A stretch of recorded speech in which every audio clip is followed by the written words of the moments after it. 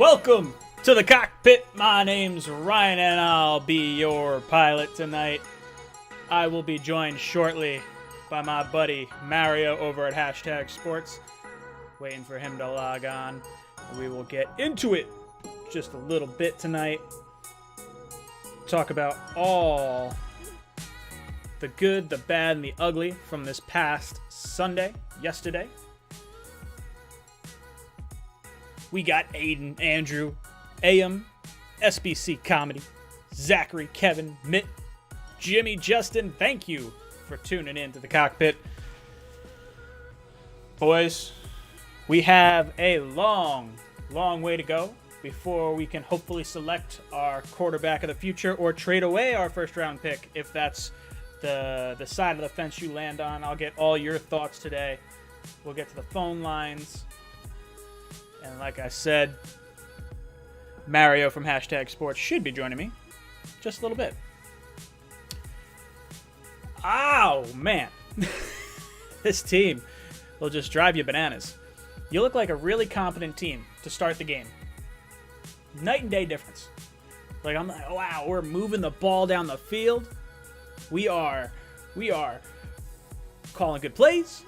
We're running the ball. We're passing the ball. Everyone looks good. We look like competent offense. We look like we might actually stand a chance to be on the same field as another NFL football team. And then the second half happened. And that all went down the drain. Very, very disappointed. Was not a big fan of that. All right, let's kill the music here. I'm trying to hear myself think as much as we know it's a banger. Ooh, turn the music up by accident. My bad, boys. All right. Get over to here. All right, guys, if you want to answer the question of the day to get yourself to win a hat, shirt, or mug from the Jets Talk store, all you have to do is go into the description, click on the Flick Chat, and answer this question. Do the Jets finish 0-16? All you have to do is answer it there, answer the poll question, get yourself entered to win a hat, shirt, or mug. Let's see. Let's go to some comment questions while we wait for Mario. Assuming he shows up. He did not answer my text message, but I did confirm he was going to be coming. Let's see. Ooh, uh-oh. SBC Comedy says Josh Allen greater than Sam Darnold. I don't think there's any Jet fans that are going to try and argue against that at this point in time. So, if you are, have that in the comments. That is fine. Zachary says Huff and Mims and P. Ryan and Becton and man. I say this class looks good so far. Yes, it is nice to finally see these guys contributing on the field. Getting Mims out there was exciting. I was jazzed up. First catch, I was like, oh my God. I don't care if it wasn't a very long throw. It's a catch. It's better than nothing. Bryce Huff, I'm a big fan of Bryce Huff. Loved his college tape.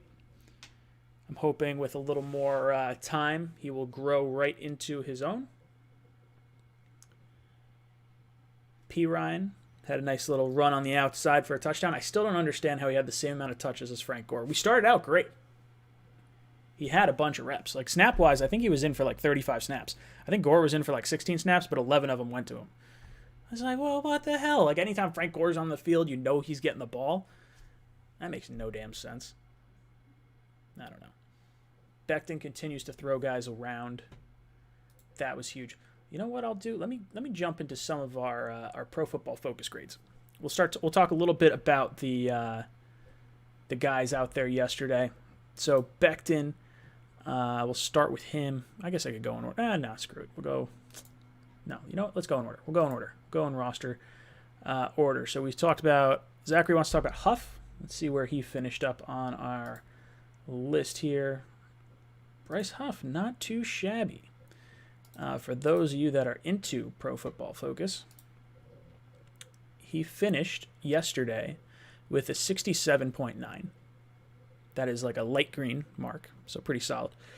Run defense, 71.2. Tackling, 74.7. Pass rush was weaker, 55.7. Coverage, 62.6. So not too shabby. Better than his average on the season overall. His average on the season is a 67.1, so he graded out a 67.9. decent game for him. He was in on 30 snaps. 13 of them were rush defense. 14 were pass defense, and he was in on 3 coverage snaps as well. So not too shabby from the undrafted free agent out of Memphis. Who else we got on here? Mims. Let's see how Mims did. What do we do with Mims? Not too bad for the first action of the day, or of the season. So Mims graded out as a 67.3. That is another light green square. His pass receiving, I guess pass receiving, and I got run blocking as well. His pass grade, 66.7. And then his run blocking grade, 61.9. So that was a yellow.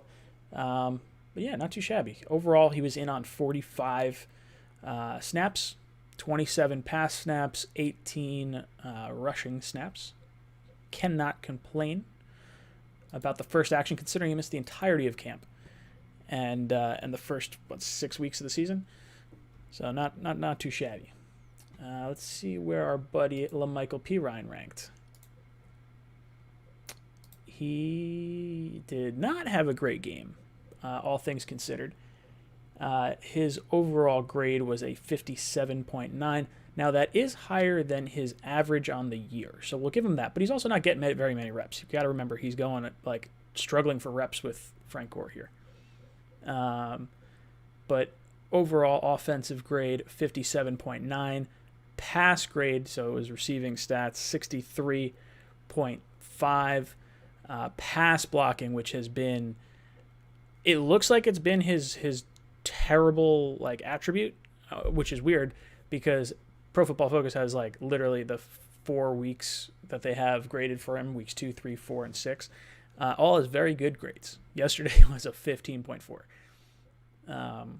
So take that for what it is. As a running back, 65.2, so not too bad. That was actually his second highest grade of the year, but by far his most snap counts. Now, if we're looking at snap counts overall across the season, week 2, he had 9. Week 3, he had 21. Went down to 10 against Denver, then 41 against Miami, and 40 against Buffalo. So we're getting to use him a little bit more. Definitely something I want to see out of the younger guys, especially in a season that's already lost. Where's our boy Becton? Becton. I'm going to find you on here. Oh, it's ranked by first name, not by last name. Okay. Becton's grades. So he graded out as a 60.7 yesterday. That was his second lowest grade of the season. He was in for 57 snaps, so right on par for week 1 and week 2. He was slightly more limited in weeks 3 and 4. His pass blocking grade was a 59.6.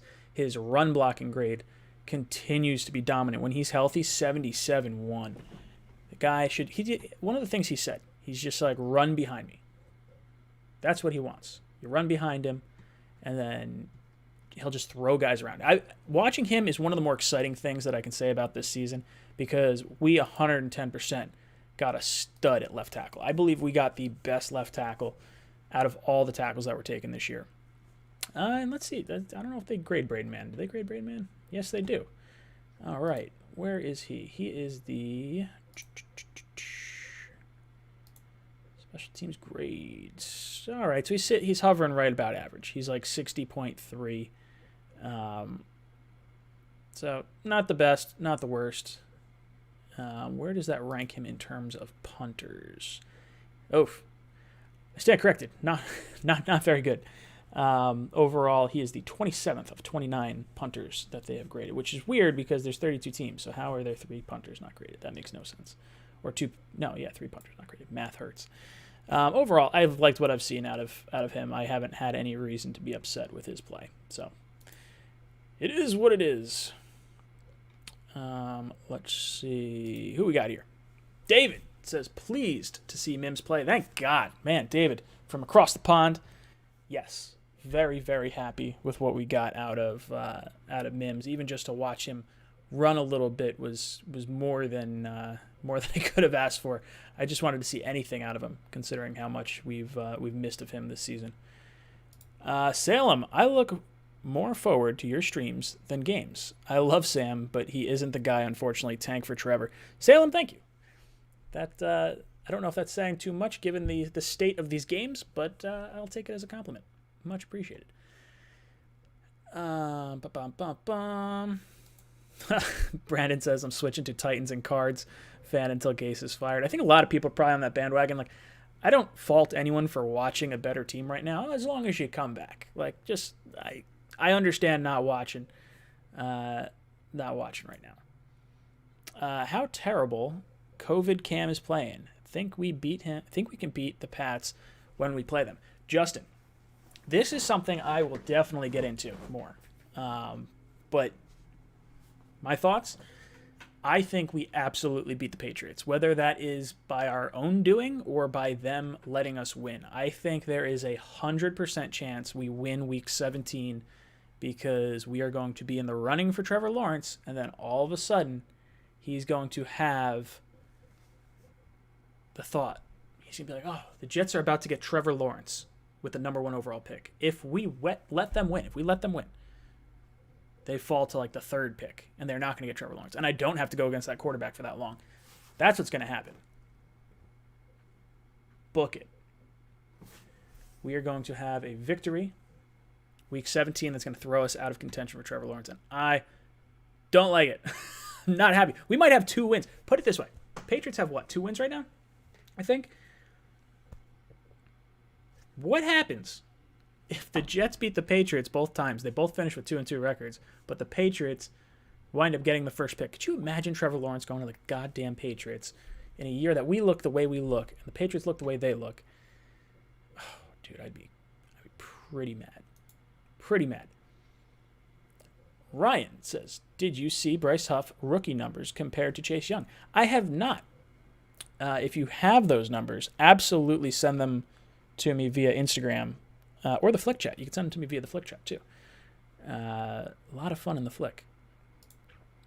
Charlie. What does Charlie have to say? Cut off the top of his comment. Bam! Charlie says, second half was undeniably awful, but I feel like there is something to build off of with Dowell as the play caller. He was creative, and odds are if he made second half adjustments, we win. You think they could have just made the second half adjustments? The fact that you have to think about making second half adjustments is bananas to me. It makes no sense because you know the other team's making the adjustments. Why would you not make any? It's like they started catching on with probably about 5 or 10 minutes left in the second quarter. And they're like, all right, we have their number now. And then Sam throws that god-awful interception. God damn, Sam. Killing me. Sean says, they gave Gase a cop-out, putting the other coach in as the play caller. Now it's not his fault we lost. Get rid of Gase, please. Sean, I want to get rid of Gase. I think he is our best shot at getting that number 1 overall pick. It's annoying. It's frustrating. It makes me want to not watch the games, but it is absolutely, I think, imperative that we get that number 1 overall pick. But I agree. Yeah, dude, they put Dowell Loggins as the play caller because if they lose and Sam looks bad, then Gase can just say, oh, look, see, it is the quarterback. It's not the play calling. Like play calling, well, maybe it is, but the play calling looked better. But that's no excuse for 4 yards in the second half. That is abysmal. Merck says, Jets have to finish 0-16. 1 win, you may lose Trevor Lawrence. I agree. I don't think 1 win gets it done this year. I think you're going to need 0-16. Or 1-15. I think the Jets are going to need 0-16. We have the hardest strength of schedule of any of the teams in the NFL right now. It's an interesting stat, actually. Let me pull it up real quick. So if you go to Tankathon, you guys can do this with me, and you just kind of peruse the strength of schedule column, and you look at the teams that have like the weakest strengths of schedule. They are the best teams in the league. Strength of schedule is one of the strongest indicators of success in the NFL. I would pull it up, but I don't feel like switching a bunch of windows around. The Jets have a 5.88 strength of schedule. That is the strongest strength of schedule right now. The teams in the playoffs, so the Jets have 5.588. That's out of a total of 1. Do you know how many teams in the quote-unquote playoffs right now, if they were to start today, have over a 5? 3. 3 teams have over a 5 right now. You've got Philadelphia, who plays in a horrible division. They are 2-4-1 and technically in the wild card spot for that AFC East. You got the Rams, 5-1-9. They have Seattle. They've got the Cardinals. They got a hard strength schedule right now. And then you got Buffalo at 5-1-5. Everyone else is under 5. There's teams in there. Green Bay and Pittsburgh, 4-7-1 and 4-5-3. It's a joke. Strength of schedule is going to be the biggest determining factor in terms of who gets wins, who's get losses. Not happy. SBC Comedy said, what happens to Patrick Onwusar? That is Peanut, for those of you guys that don't know his name. I believe he's still on IR. I think we would be seeing him play if he was healthy. Let's see what else we going. Trevor can't play worse than Darnold. You take the rookie deal and cap space. 100%. 100% I'm taking Trevor Lawrence if we get the number 1 pick. I love Sam Darnold. I feel bad that didn't work out, but I'm taking the quarterback. 10 times out of 10. Kevin Benz, you said this in your earlier video, but it doesn't seem like Gase is coaching for his job, which is really concerning. Makes me think Christopher Johnson is going to fuck up this season. Fuck up this offseason. Yeah, that scares the living daylights out of me. And for those of you guys that don't know or didn't watch the video, I don't think Gase is coaching for his job. He seems way too calm and composed for a guy that should be on the hot seat right now. And I think he might be in on the tank. I've heard people say Trevor Lawrence is the prototypical quarterback for Adam Gase, which makes no sense and also makes a ton of sense. Like, Adam Gase's offense seems to work with generational talent a la Peyton Manning. So I think there is a legitimate shot that Adam Gase is our head coach next year, and that scares the daylights out of me. If it's not 0%, it scares me. Like, I don't trust the Jets to make the right decision. It's just they don't do that. Ed says, Jets ain't going to be the only team after Trevor. I agree. We're not. There's going to be a ton of teams looking to get after Trevor. And I don't see what we can do if we don't get that number 1 pick. Because I don't think we're going to trade a bunch of picks. We do have the ammo. We could make that move. We could say, hey, look, we're going to give up 3 first-round picks. Because we got 2 this year. We got 2 next year. So we have the firepower to make it happen if we have to. That said, I don't know if I want to do that. I only want to take Trevor if we get the number 1 overall pick. If we get, say, the 3rd pick, I'm more than happy. I'm not a huge Fields guy. Maybe that'll change when we actually get to see him play a little bit. But I'm not a huge Fields guy. I like Trey Lance, but what scares me about Trey Lance is he's only got 1 year starting experience. He's got 17 games to his name, and he declared he's not going to show us anymore. And the last time we had someone with 1 year of starting experience was Mark Sanchez. That is scary. Because you don't know what you're going to get.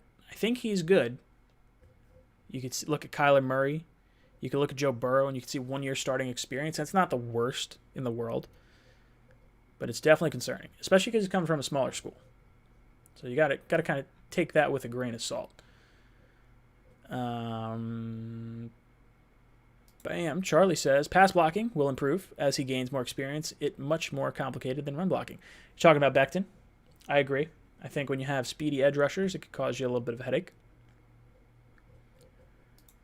Justin, what do you think of play calling this week now that it isn't Gase calling? I think the play calling was better, at least in the first half. The second half, it seemed... I know it was the joke going around in the Jet community, and I saw it on Twitter. I saw it on the Flick chat. Guys are just saying, well, did Adam Gase come back and start calling the second half? Because this looks like the same old Jets, and this makes no sense to me. So the play calling was good in the first half. No halftime adjustments. I don't know if that's just Gase's stubbornness or maybe that just overflowed with, Dowell Loggins. I can't answer that. Makes no sense.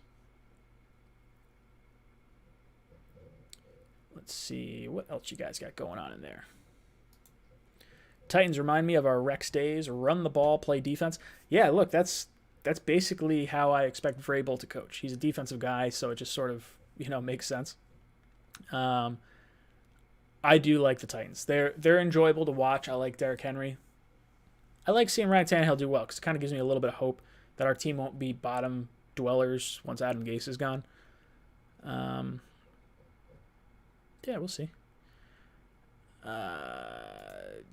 Destro, Sam, still seeing ghosts. I'm sorry, but I'm sorry, but for him just saying that he should go. Look, I don't have anything against him saying he's seeing ghosts. Like, that's a common thing to say, but I don't know. I think he's going to have to go either way. You can't bring in a quarterback and hold on to Sam Darnold. Ooh, Alex, just totaled my car. Fun for me. I'm really sorry, and I hope, well, I mean, I guess you're commenting, so you're at least good enough to do that. But I hope you're feeling better. I hope everything works out with your car. Not fun. Not fun at all. But at least you got your comment on the screen, so you got that going for you.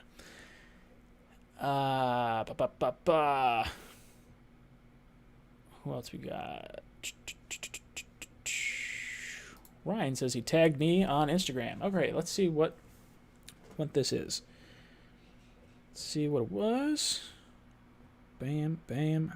Thank you, bam.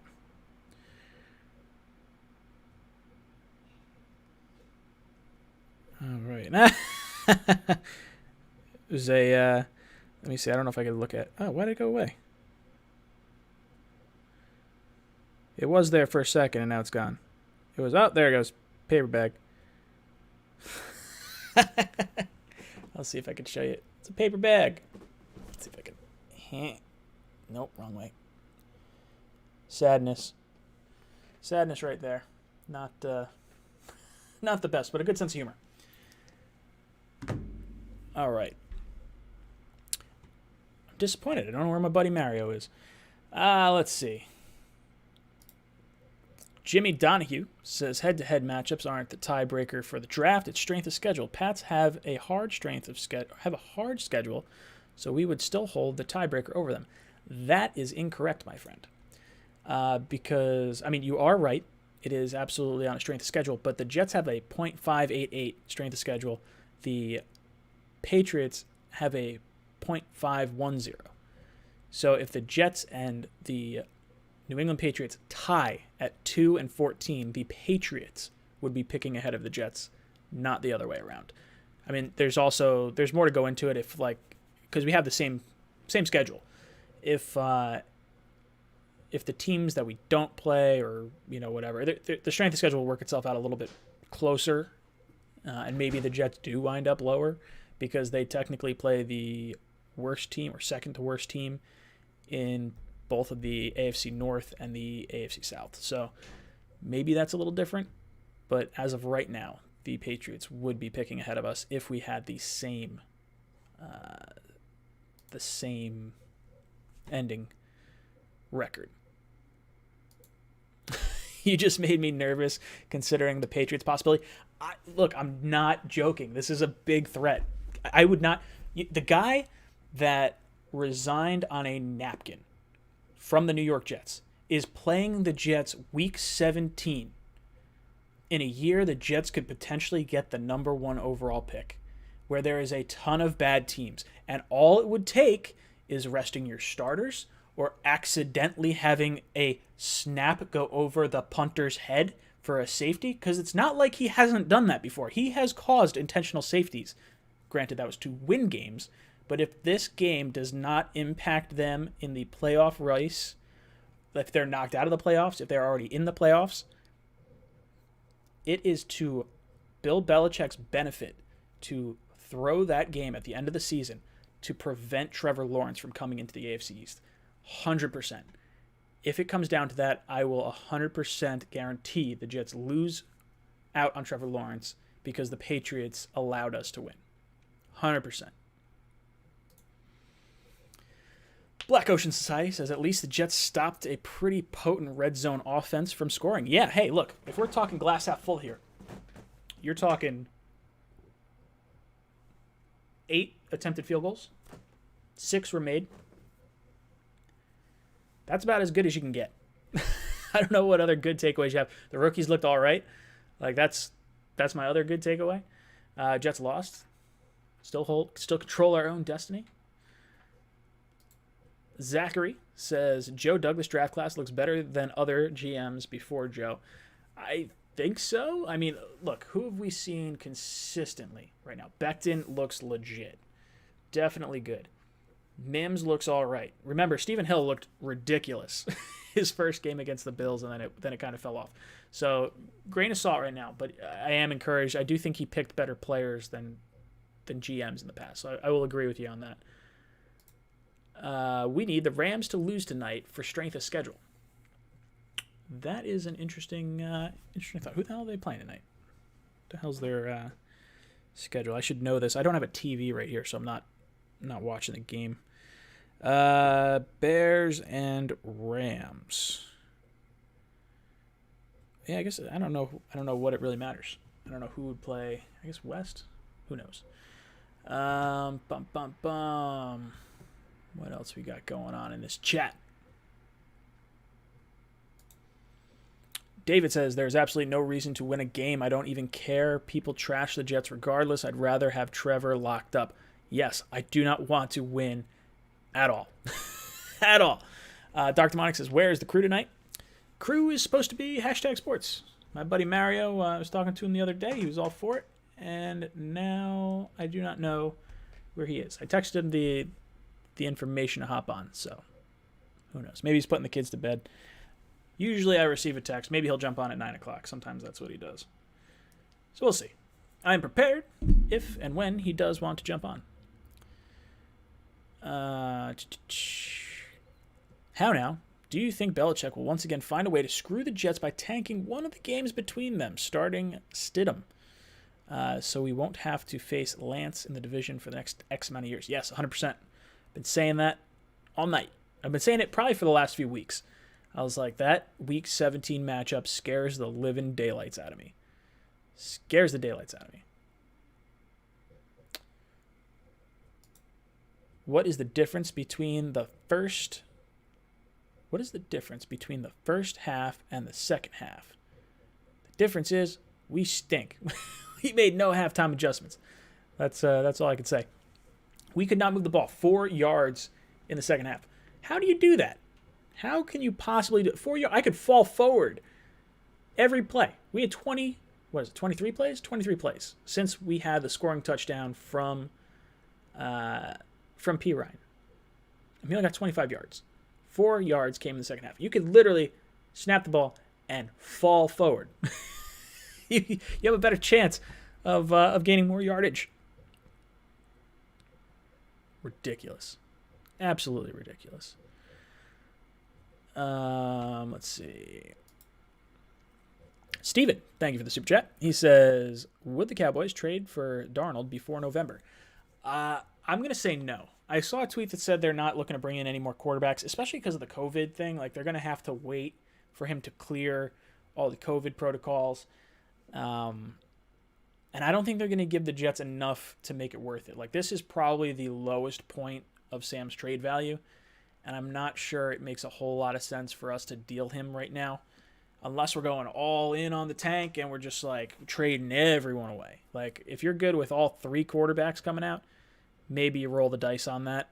But, man, it is dicey. Dicey to trade away Sam, especially if you don't get that number 1 pick, because maybe it's just worth it rolling with Sam, seeing if another coach can fix what Adam Gase couldn't, and then, build around him with all the picks we have. Because I'm okay doing that if that's the decision. But, man, I want Trevor Lawrence. I really do. Steve Rose, one of our members here. If you'd like to join the members, down below in the description. There should have been 2 TDs. Let's be real. The Bills tight end Croft pulled a Danny Dimes and tripped on himself, and a Gabe David touchdown was called back for some illegal shift. Terrible lack of adjustments. Yeah, look, let's be real. The Jets got lucky on some of the stuff that happened on defense. I don't know what happened on the Croft would-be touchdown, because what was it? I think Austin was on that side, and he just kind of let the guy keep running. Now, there was no one in the flat, so I don't know if Austin was supposed to be covering the flat and he thought he had safety help over the top, or if he just bailed because he thought, whatever. But he was wide the hell open. The Gabe David touchdown. Gabe Davis? Davis, I think. That touchdown, that got called back due to the illegal shift. Hey, it was an illegal shift. What are you going to do? He was the one that screwed it up. It wasn't like it was, an offensive lineman or something. It was actually him. Chris Bucco says, Bill rather embarrassed them by going 0-16 because he will figure the Jets will ruin him. LOL, need everyone to get 2 wins. Yes, we need every team that has 1 win right now. That is who we are fans of the remainder of the season. We are rooting for, God, who is it? Let's pull it up right now. We'll tell everyone who we're rooting for. We are Giant fans, Jaguar fans, Atlanta fans, Houston fans, Minnesota fans. Cincinnati won't matter. Cincinnati fans. I guess they could trade the pick technically, but that tie is going to prevent them probably from picking too high. Yeah. Jacksonville is the team that scares me the most. Atlanta should have had a win. God damn, Todd Gurley. All you have to do is fall down. If you fall down on the 1, that game's over. You win that game. Oh God, I was so stupid. So stupid. Houston. Look at Miami sitting with a top 5 pick right now from that Tunsil trade. Tell me that's not the best trade going right now. Jesus. But yeah, Bill would rather embarrass the Jets going 0-16. He's got the benefit of choosing whether he wants the Jets to go 0-16 or if he wants to make sure Trevor Lawrence is never here again. I think he's afraid of Joe Douglas. Maybe not afraid, but I think he knows Joe Douglas is pretty good. I think that's why they franchise tagged Thuney, because they know we're going to go 110% after him. I guarantee as soon as he hits free agency, the Jets will be calling up Thuney. They're going to be offering him a king's ransom. It'll be everything. It'll be the highest guard contract you've ever seen. Count it. Book it.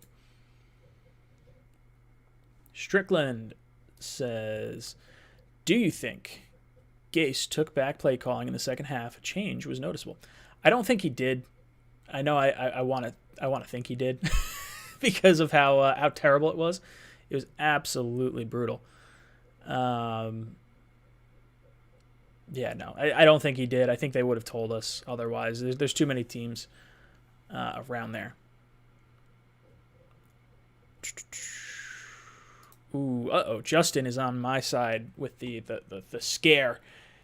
I'm uber confident we don't fire Gase. I just got a gut feeling. Dude, that is horrifying.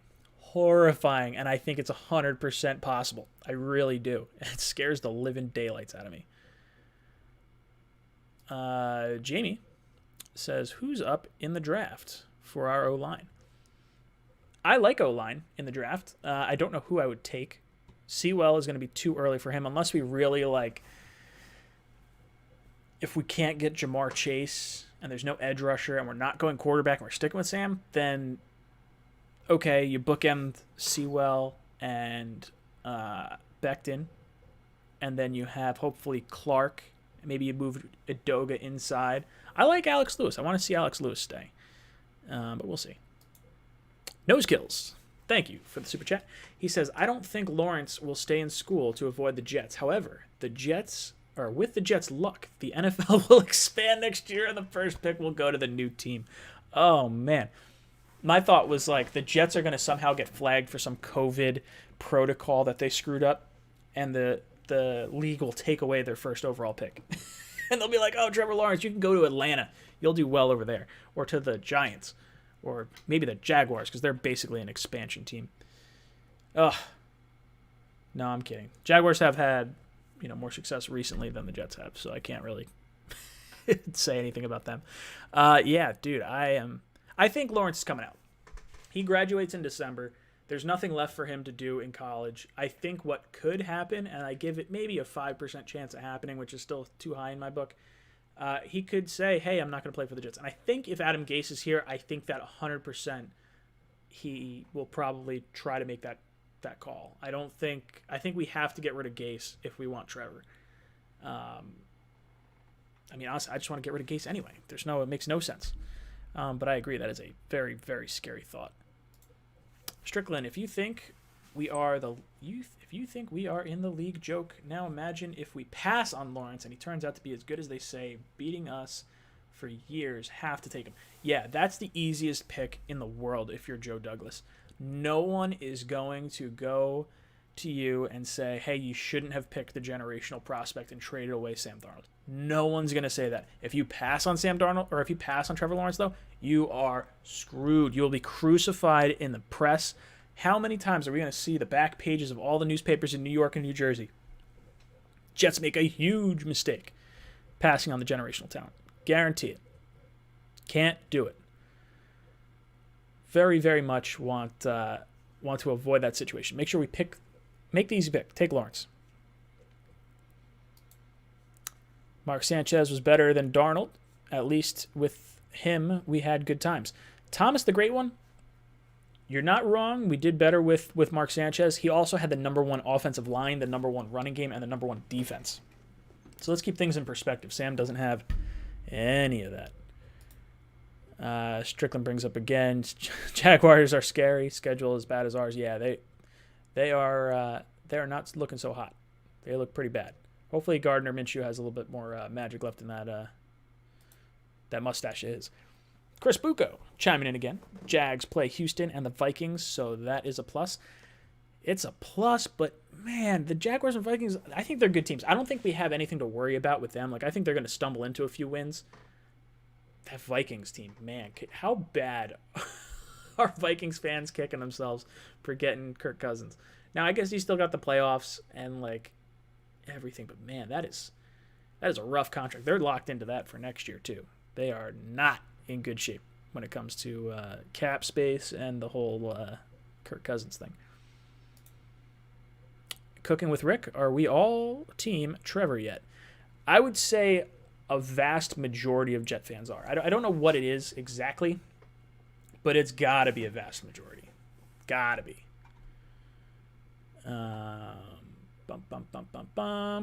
If you guys want to answer our question of the day, down below in the description, you'll see a link to the Flick chat. You'll also notice it pinned as the top comment on the chat on YouTube. All you have to do is answer this question: do the Jets go 0-16? There's a poll question on the Flick. Answer that, and I will give away a hat, shirt, or mug from the Jets Talk store. Angel Karma says, can they franchise tag Thuney a second time? They can. They can absolutely tag him a second time. And let's go into the figures real quick just to see what that would look like. I don't really expect them to do it, but hey, anything's possible. So the Patriots do have plenty of cap. They're going to have about $60 million in cap space next year. Now, they do have to figure out the quarterback situation. If Cam Newton is their quarterback, they're going to have to pay him probably $15 to $20 million at least, unless Cam thinks he can get that elsewhere. But if they were to franchise tag Thuney, it's really not that bad. If this number's correct, it's $14 million. I would tag him. If I were the Patriots and I had that much money, I would tag him. You already have 44 guys under contract. I don't know. Thuney doesn't seem like he's hitting free agency, if that's the number, because I think the Jets are going to have to give him more than that. It's frustrating. What do you guys think about the Cards game last night? Big duh for my guys.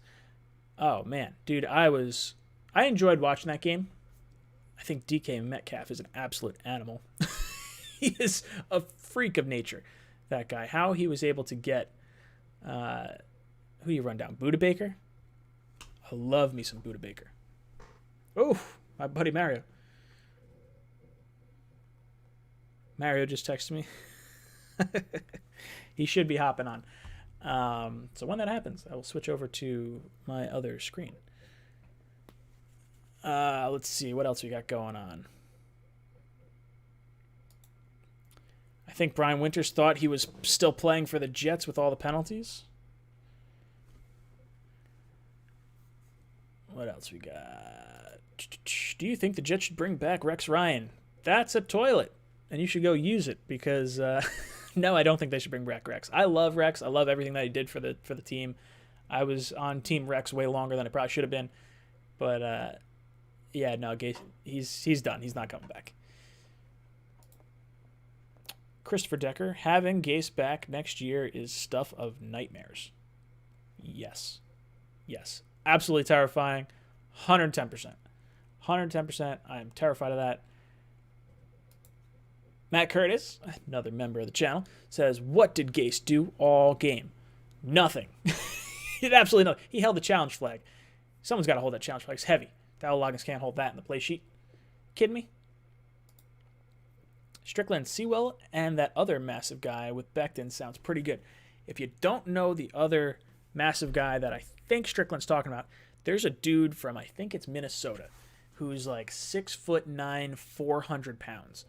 That puts Becton to shame. Becton's 6'7", like 365, 370.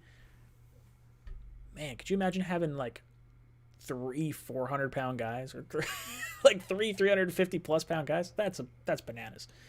Ugh, absolutely insane. Why aren't I loud? I don't know. Why aren't I loud? Turn your volume up. I think I'm fine. If I'm not fine, let me know. Strickland, look at Waddle in Alabama. Can't see Lawrence risking that to avoid New York. Waddle in Alabama, the guy that just destroyed his leg, broken leg, I think, or broken ankle. Is that what it was? I don't think it was a knee.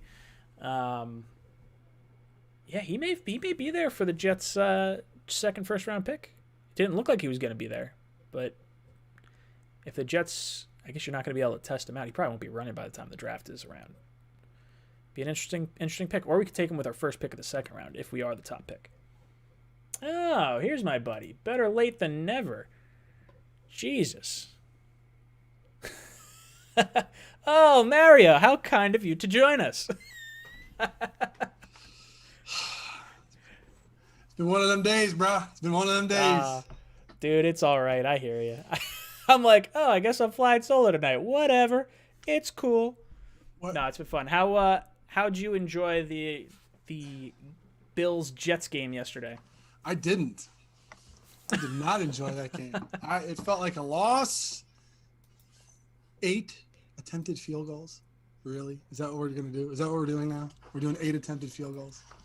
Dude, it's the only thing that like kept me relatively sane. I was like, oh, look, the Jets aren't as terrible as I think they are. They're at least keeping this high-powered Bills red zone offense to field goals. Like that made me feel kind of good. But I don't know. I don't know what happened. The Jets looked like they were moving the ball all right at the beginning part of this game, and then all of a sudden it all went sideways, and then it looked like Adam Gase started calling plays again, and I just hate life. Everything sucks. It's miserable. I don't know. I liked the play calling. I think it was a great strategy by the Jets in order to put a new play caller in there. It mixed things up. The Buffalo Bills couldn't adjust to it in the first half. You got 10 points out of it. But I think what the ultimate undoing was of the Jets was the fact that the talent level. When you guys had a fire sale for a lot of your players, it's tough. Any team in the league that would have happened to, and once the Buffalo Bills at the halftime was able to adjust to what the Jets were doing, talent having to take over, and I was terrified as far as from a Bills standpoint, the fact that they're not going to win games like that. You have to put the ball in the end zone. You're not going to face an 0-6 team every week. But we did our post game, and there was some talk of tank for Trevor. There was talk of they're going to trade Darnold, and that to me is still asinine. I don't know why you would trade Darnold when he's clearly not the issue. You're surrounding him with guys that were working at UPS last week. Why don't you give this guy some talent? Look, I've backed Sam for so long, and based on what I've seen the last few weeks and where this Jets team's headed based on his contract, the Jets are going to have to decide on his 4th-year option or his 5th-year option this offseason. And based on what I've seen, I don't know if I feel comfortable handing Sam Darnold $25 million. I think he's going to be a good quarterback. I think we'll trade him to a good organization like the Steelers, the Saints, the Colts, somewhere like that, where he is going to have more success because the team's already built up around him. It's going to take the Jets far more than just next year and the year after to build around Sam. If you take Trevor Lawrence, it resets the game clock. on the rookie quarterback contract, and you still have 3 first-round picks outside of that. You have multiple second-round picks, multiple third-round picks to surround this guy with talent. Now, from a Bills perspective, are you guys nervous that we could be getting another franchise quarterback in here? I mean, we got Tua in the division. We're going to get another franchise quarterback. Here's the deal. When I look at the Jets and I look at their infrastructure, Douglas wasn't there when you got Darnold, correct? Am I correct in saying he wasn't the GM? So correct. GMs usually like to get their guy in there because then the owners can correctly assess how could you scout talent, how can you get talent. But when I think gifted a guy like Darnold, you want to hang on to him. But the pattern has been for a majority of the NFL, you're talking about, okay, a GM wants to come in, then they want to get their coach, then they want to get their quarterback. That's how the platform has been going for so long in the NFL. If you get a new coach, you may get a new quarterback. That's the thing that it hinges on for me. If Gase is not here next year, more than likely you'll have a quarterback with their first-round pick. Maybe the number 1 overall pick. I don't think the Jets are that bad to get the number 1 overall pick. I don't know. I hope they are. As far as the Bills are concerned, with the move down in Miami, a lot of people, especially in Buffalo, are sitting there going, okay, why bring in Tua? Fitz is playing great. People need to realize something from a Buffalo Bills standpoint. We saw this happen before. Ryan Fitzpatrick threw for, and here's the craziest part. In 2010, I'll give you guys a little history lesson. In 2010, when Fitzpatrick was paired with Gailey, the first 6 games are almost mirror the first 6 games that he's played in Miami. And then the final games, Fitzpatrick didn't do very well. He had like 55% completion percentage, 10-7 touchdown interception ratio, like 1,500 yards passing. So Gailey's already maxed out on Fitz. So he knows it's not going to get any better. If you think that Tua can match those statistics of 55% completion percentage, 1,500 yards, roughly 1-to-1 touchdown interception, then you play him now. You have to play Tua now. But the idea of another rookie quarterback coming into the division, I think Belichick's got to be salivating at that, even though they're not playing too well this year. Well, so let me rattle you this, and you tell me if you think I'm wrong. Based on Bill Belichick resigning on a napkin for the New York Jets position years and years and years ago, the Jets play the Patriots week 17. You're telling me if the Jets are 0-15 heading into week 17 and the Patriots don't have to win that game to get into the playoffs, or don't have to, it doesn't matter because they've already missed the playoffs, I would put 100%. I would throw $100 down that the Patriots are going to throw that game so the Jets don't get Trevor Lawrence. 100%. Oh, you think there's going to be another 0-15 team at that point? No, I think the Jets have the hardest strength of schedule in the NFL this year, and there's 6 or 7 one-win teams. All the Jets are going to need is 1 win, and it'll knock them out of first place for the number 1 overall pick. Well, I tell you what, if they play like they did in the first half against the Bills, they'll get 1, they'll get 2, they'll get 4. They had a late season surge last year. You remember? Would they win 8 out of the last 11 or something like that last year?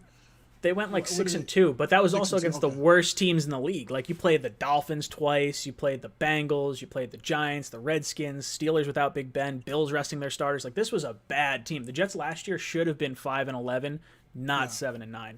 So it's very deceiving. Everything going on with C-19. Because of what's been going on with the protocol and how players have had to adjust and the wild schedule that's been, it literally has been any given Sunday this year. So any team can beat another team. It doesn't matter. You talk about the Raiders going in and beating the Chiefs. The Buffalo Bills beat the Raiders, so everyone thought the Bills were going to beat the Chiefs. Doesn't work that way. So on any given Sunday, it's anybody can come up, anybody can beat you. And I think the Jets, here's the craziest part about the Jets that I like, is the fact that you have guys out there that are going to be playing for jobs. When you're playing for a job, it changes the whole infrastructure of how the team plays. And when you couple that with a maniac like Greg Williams, shutting down that potent Buffalo Bills offense in the first half, he was eating Brian Dable's lunch that first half. And then the Buffalo Bills defense couldn't adjust to the ageless wonder of Frank Gore. He ended up finishing with 60 yards on 11 carries. I think they should have ran him more. And I hate that we're seeing the 100-year-old. I'm done with the 100-year-old Frank Gore. I just want to see the young guys play. I want to see P. Ryan play. I want to see God damn it. I just want to see the young guys play. I want to see Mims get more time. Mims was playing well up until, Tre'Davious White, started shadowing him, and then that changed everything real quick. You know what? Bills were, a lot of the Bills fans were talking about Micah Hyde, and you know what? If you're a Jets fan, let me just assure you of one thing: Hyde is not a dirty player. That's not his mo. Ooh, It's I was not. salty. I I was know. like I can that. understand Look, a lot of Jets fans, a lot of passengers in the this. cockpit are going to be very salty about that. But I want to say, after watching this guy for 3 years and following him when he was in Green Bay, this guy he's not that guy. He was trying to dislodge the ball. The Buffalo Bills fans are 50-50 whether or not it was dirty, whether or not it was clean. That hit 100% of the time will draw a flag. Doesn't matter if it's clean or not. That was a vicious, vicious hit. Well, a lot of Bills fans were also talking about how's Perriman. What's the status on Perriman? Did you guys cover him earlier in the broadcast? I haven't talked about him. He's in the concussion protocol right now. But Okay. the reason I say it's dirty, and the one side angle that we kind of caught, I think that was like the main angle, that didn't appear dirty. Like that was like sort of okay. It seemed like a real bang bang play. But when you look at the shot from the end zone where it's like the Bills' backs, you could see like a clear launch. And maybe it's just a weird angle and it doesn't like really look like, but it looked like he launched his body up into the head region of Perriman. Okay. And that's what sort of like had me going. This guy's name that just super chatted, Cool AIDS. Wow. Thank you for the super chat. He goes, what wide receivers do you want the Jets to get in free agency or trade for next season? I'm going to the Chiefs-Jets game in a Bell jersey. R.I.P. Ooh. Oh my God. Well, at least we're both rooting for Bell, probably. Like that's you're in a Bell jersey. I want to see Bell do well because that means Gase is more incompetent than we all thought. No, okay. So wide receivers, Mario. Here's my thought process with what the Jets are doing and the quote unquote fire sale that's going on with all our players.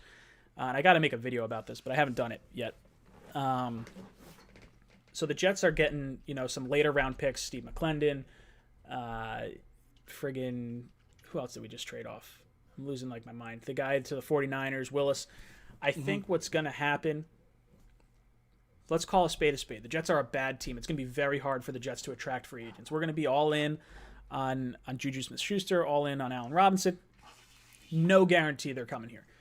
The one thing that the Jets have going for them is we are pig rich with cap space. We have a ton of cap space. We're going to have like $80 million in cap space next year. Now, the good thing about that, along with having these late round draft picks and like having 10 or 12 teams needing to cut guys just to get under the salary cap, which means they are not going to be players in free agency almost at all. True. They are going to need to cut good players on bad contracts, and rather than cutting them for nothing, they will trade that player to the Jets for a draft pick that other teams would otherwise not give up. The Jets are going to be able to attract talent via trade this year. And I will say this. I think there is a halfway decent shot that one of Odell Beckham Jr., Julio Jones, or Michael Thomas ends up on the Jets next year via trade. I think all those teams need to get under the salary cap, and I think the Jets are going to be a prime landing spot for one of those players. Well, let me try to address all of those players and also address what's going on with the salary cap. Did you, as you know, we're salary cap hounds over at hashtag. Here's the deal. The way that I look at it, I don't think draft picks, you can look at it twofold. I'll put everybody on polar opposites here. One, you can look at the fact that the New York Jets did acquire a lot of draft capital. Teams usually like that because those are the cheapest players you can get. They're on rookie deals. They can come in and play for you. They can fill holes that you need immediately. The second part of this is because of what's been going on with the pandemic, they're not able to scout a lot of these guys. And a lot of these guys aren't playing. So how do you – will that devalue draft picks? We don't know. We're not there yet. That's one. Two, you look at Julio Jones. He's been a career Falcon. I don't know if that's the direction that the New York Jets would want to go in with an older guy like that. It's almost like the same scenario with like an AJ Green in that same reference. I just think that he wants to retire as a Falcon. I don't think he wants to relocate his entire family. He's been there his whole life. I don't know if he wants to do that. As far as Michael Thomas, Drew Brees is more than likely to be coming off the books next year. So they're going to have a little bit of cap space. And you mentioned a great point, is the fact that because of the revenue, what's going on, the salary cap is determined on revenue and how much the teams bring in. With nobody in the stands, it's kind of hard to generate revenue with your team. So like you said, a lot of those guys, they're going to be cap casualties for certain teams that normally would have been signed because the cap would have went up and they were able to sign those guys. They're not going to have that now. So the third guy on that list, just Greg Williams, Odell Beckham. I don't. He's not going to be here. Greg Williams is gone after the season. He's gone after the season. I was out there on the table. Dude, I've been saying the Greg Williams and Odell thing, that's been the point of contention. He's not going to be here next year, and Odell very well might. The Michael Thomas thing, I know Drew Brees is coming off the books, but it's only going to save them $13.5 million. And they are 80. Sign Michael Thomas, pretty much. They are 18. No. The Saints are going to save $13 million. They are going to be under the cap still at that point by $80 million. Or they're going to be over the cap by 80. They got to cut a shit ton of players. They got to cut that entire team. Mickey Loomis does not own a calculator in New Orleans. I don't know what Mickey Loomis is doing down there. He's been you know what he was doing? He was kicking the rock down the road with Breeze every year, give him 2-year deal, 1-year deals. And that's what happens. Yeah. That's what happens. So I think just for sheer you got to realize too, the allure of New York, a lot of guys still love the allure of New York. It's a big market, big market town. They could be on the up and up with some of the moves. That could be a splash move that the New York Jets make in order to draw other talent in. So if you get a Thomas, let's just say you sign a Thomas, that could be enough to draw more guys in. That's one. Two, I don't think Beckham, because of just, you don't want that if you're a new coach, you got a new GM, maybe a new quarterback coming into the team. You don't want a guy that's going to give you trouble right off the bat. I don't think that's he's not high on my list. Yeah, you have to have an established locker room, I think, to handle a player like that, where the players will police themselves. I'm not really sure about that. Julio, I think he's going to stay in Atlanta for the foreseeable future, even though they do have a lot of cap trouble down in Atlanta too. So as far as that goes, I think the youth movement might continue in New York, where they may try to get a Juju. They may try to get a guy who's in his mid-20s, not really late 20s, early 30s. You may want to get one of those guys, but if you want to bring in like a Juju and put Crowder in there, and you got Mims, that's a formidable three. And then I still believe in Herndon. I like Herndon as a tight end. I think if you do that and you shore up that line, that's one of the things that's going to be. You got Becton there, who's just a manimal. He was mauling everybody on Sunday. And then you just start to work with some of the other guys around that line. You're able to have a formidable offense that can compete in a very, very winnable AFC East. Yeah, look, I think there's definitely going to be a youth movement, and I don't think, put it this way, I think the Jets are going to have to try to attract like Trevor Lawrence. I'm not saying like, oh, sorry, not playing for you. Like, I think he's definitely coming out. I think whatever the quarterback is, if we want to attract free agents, we're going to have to do something. I don't think the Jets are going to be able to have a good free agency without vastly overpaying for players. And the only players that I'm really looking at, like, I would give Allen Robinson a nice size contract. I think he's a very good wide receiver. If he's looking to be one of the top paid wide receivers, I think the Jets will do it because they aren't going to attract guys. I think you got to surround whoever your young quarterback is, whether that's Trevor Lawrence, Trey Lance, Justin Fields, or Sam Darnold for that matter. You're going to have to surround him with more talent, because just having Perriman, who can't stay on the field, Mims looks like he's going to be pretty good. Crowder's in for another year. Herndon, I think we hold on to for another season, even though he's been very depressing as of late. It has not looked good, but I think the Jets are going to try and swing some trades to acquire talent in years that they may have not, like they may not have done that in other years, just because you're not going to be able to use all the salary cap space, I don't think. But there's also going to be a ton of free agents that are going to hit the market that we never thought would hit the market too. So it's going to be interesting to see who can actually spend that money. Multiples. No, says where did I'm just real quick. I will go to but where did Douglas come from? What team was he at prior? Eagles and Ravens were his stops. Okay. Bears briefly for a season, so who knows? Maybe there's a little connection with Allen Robinson still in terms of like their management on that side. I don't know their structure really. That was probably 6 years ago. It's when Gase was on the Bears. That's where they kind of know each other from. Well, that's a place that, the passengers in the cockpit. That's one thing that you always want to look for in the GM is where were his previous stops, and those are usually the places you want to look first if they're going to try to acquire free agent talent. Well, that's kind of what I'm thinking. So I think Philly is certainly possible, and I think the Ravens are certainly possible for talent, especially head coach. Greg Roman is someone that I think is going to be very high up there on the Jets' radar for a head coach. He turned around but he built an offense around Tyrod Taylor, Colin Kaepernick, Alex Smith, Lamar Jackson. He builds his teams around the talent he has, and that's exactly what the Jets need. So I think Roman is going to be high up there. I'll tell you what, you get Fletcher Cox from the Eagles and put him next to Quinnen Williams, you're not going to have to worry about the interior of that line. No, but I want some edge rushers. Oh, no, I understand. I completely understand, yes. Matthew Judon, maybe we just go after all the Baltimore Ravens linebackers. We'll have C.J. Mosley, Peanut, a one-star or whatever, and then friggin' Matthew Judon. Multiples says, let Joe Douglas make this team right now. He's doing cleanup from the last GM, and Sam is being hurt in the progress. Yes, Sam is absolutely a bystander in this. He is, getting not a good shake. He's not getting a fair shake right now. The team, they didn't build the team around him. That's more the fault of Gase and McCagnon than it is on Joe Douglas. Now, Joe Douglas probably could have kept Robbie Anderson. Would we have actually used him? I don't know how many deep balls we've actually called. Did you know that the receivers that were on the field yesterday for the Jets, Perriman, Mims, Jeff Smith, was it Vincent Smith? I don't know if it was Vincent Smith. There's like 3 or 4 guys that are Jet wide receivers that are sub 4.4 guys. Like they're all Really? 4.3. Yeah, and like Perriman was like 4.25, I think. Mims was 4.33. Jeff Smith, I don't know what his time was, but yeah, and how many long balls did we see? There was the one to Perriman where he got cracked. Like that's it. The Bills. I mean, admittedly, the Bills. I mean, they did that to Kansas City.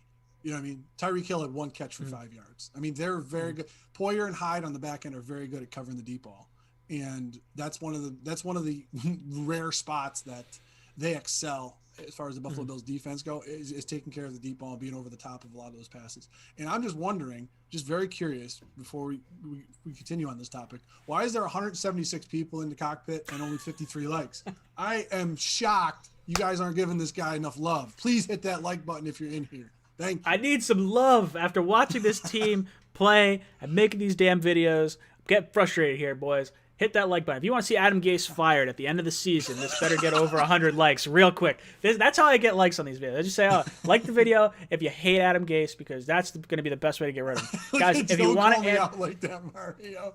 I'm just saying, if you support your boy Ryan, the more likes the video gets, the algorithm loves it and kicks it out to more Jets fans. So we'll get more people in here. That's just all I'm saying. I love it. Absolutely love it. Guys, if you want to get in on the shirt giveaway for today, down in the description down below, there is a link to the Jets Flick chat. I also pinned it on the top comment in the chat. All you have to do is answer this question: are the Jets going to go 0-16? Answer that, and I will raffle that off at the end of the night.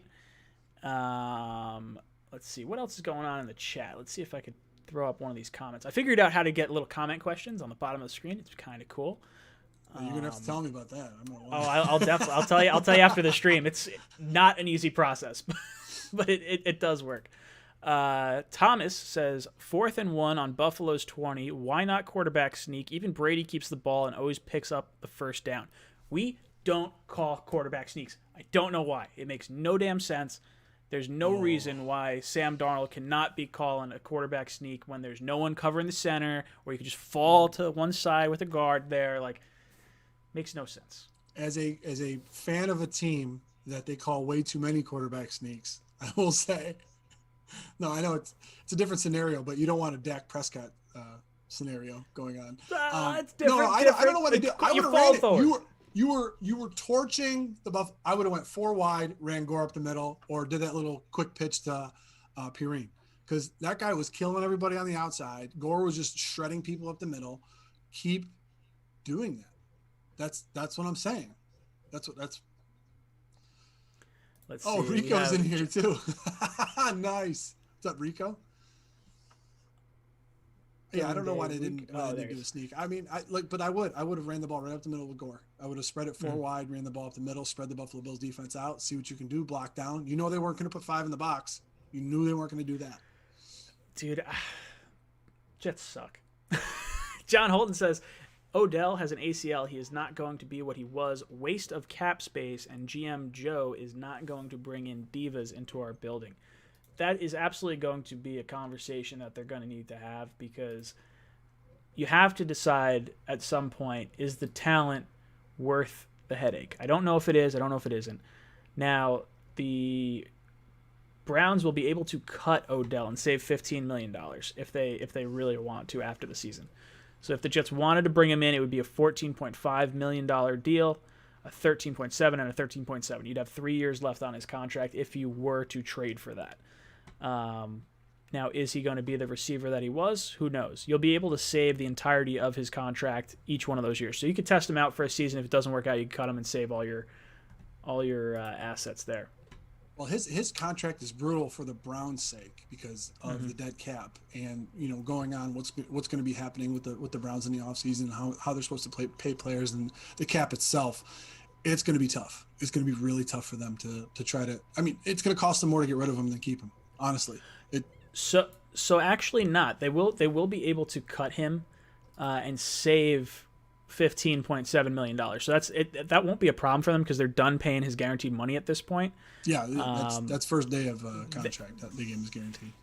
Yeah, and what's crazy is they have $30 million in cap space right now. They are over the cap by about $3.5 million for next year. So they're going to roll that over. They'll have about $25 million. You deduct what they're going to have to pay their rookie class, puts them around $18 million in cap space. I think if you cut Odell, which it seems like I think they will, I think they're going to look the rest of this season, see what this team looks like with Jarvis Landry. If they feel like they don't need Odell, then they'll probably move on from him and look to bring in some other players. It's going to be interesting to see. It's going to be that to me seems like the most likely situation because of his contract not hurting the team if they trade him. His contract just the Jets and the Browns. I don't know. I could see them swinging a deal, but I don't know if Joe Douglas is going to want to have Odell in there. That's an entirely different part of this. Steve Rose says, you have Mims, keep Crowder, draft one wide receiver, sign Juju, and that's pretty good and realistic wide receiver room. Yes, but I don't think Juju's going to come here if Sam Darnold's not here. That's the big issue. Like, I don't think he's going to sign on and then wind up having, Trevor Lawrence as his quarterback. I mean, I don't think he would necessarily care if that's sort of how it played out, but I think he's going to try and follow Sam potentially, depending on, I don't know. Sam's not going to get traded until draft day, I guess, so maybe not. Well, we could have the whole Juju scenario, but the clock's running down on Big Ben too. So maybe Juju would want a more experienced quarterback if they're planning on keeping on Sam. Who knows if the trade and it manifests to Pittsburgh? Would he want? He's going to play with a rookie or a guy that's not enjoyed too much success in the NFL. So it's going to be on that. Rico from Buffalo Fanatics, he says he wants Quinnen Williams. What do you guys want for Quinnen Williams to bring him to the Bills? Where is Rico? Is this our boy Rico right here? Bam! Oh, Rico. Hold on. I'll find this real quick. I'm going to make him a moderator. Oh, there we go. Where he is here. Boom, boom. Rico, you are now a moderator.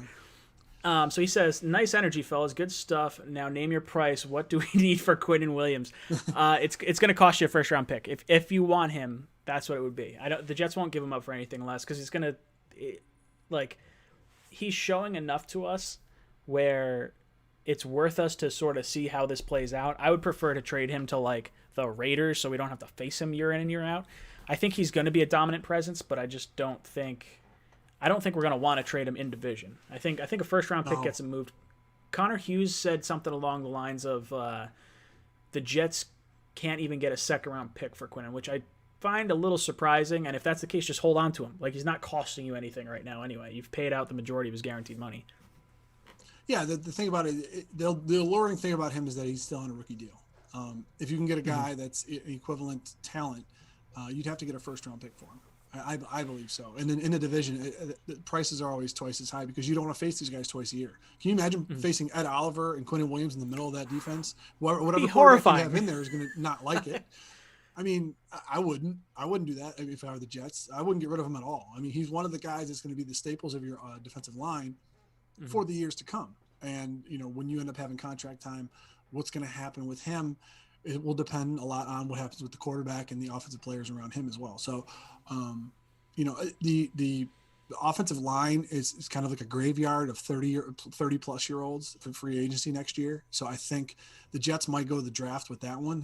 Don't be surprised if they put a second or third round pick on offensive linemen, because if they recognize one problem, it has to be that the offensive line has to protect your franchise quarterback. And if they believe that Darnold is the guy, or they think Lawrence is the guy, who knows? I know we're getting way ahead of ourselves. It's only week 7. But if they think one of those guys are the guy, they got to put guys like Becton in front of him, or they're not going to have success. Yeah, look, you're going to need some offensive line help, I think, if you're the New York Jets, particularly on the interior side. I'm genuinely upset with how poorly Connor McGovern is playing, considering he was a top 10 center last year, and he is now arguably the worst center in the league. Did not see that coming from a mile away. Well, it's twofold. One, you got to see who he was surrounded by, and who's calling the plays and what's going on. You know, when you're not a very good offense as far as production wise, that's gonna reflect poorly on the offensive line, whether you like it or not. You know what I mean? So, you know, there were guys that I remember guys that were on 4 and 12 teams that were had second on the league in tackles, and they even make all pro. Like, why would you make all pro if your team was 4 and 12? You know what I mean? That just happens to be reflective of the team itself. So I'm not sure if it's him. And you know how I hate PFF grades. I just think they're awful. You know, I just got the elite version of it. I'll show you some of the stuff that they go in after the stream. But man, there's some cool stuff that they do on there. Oh, it doesn't tell a full story. It doesn't tell a full story, but it's still it's fun to kind of see some of it. Yes, New York Patriot. I'm broadcasting from a dungeon. All of my subservients are behind me.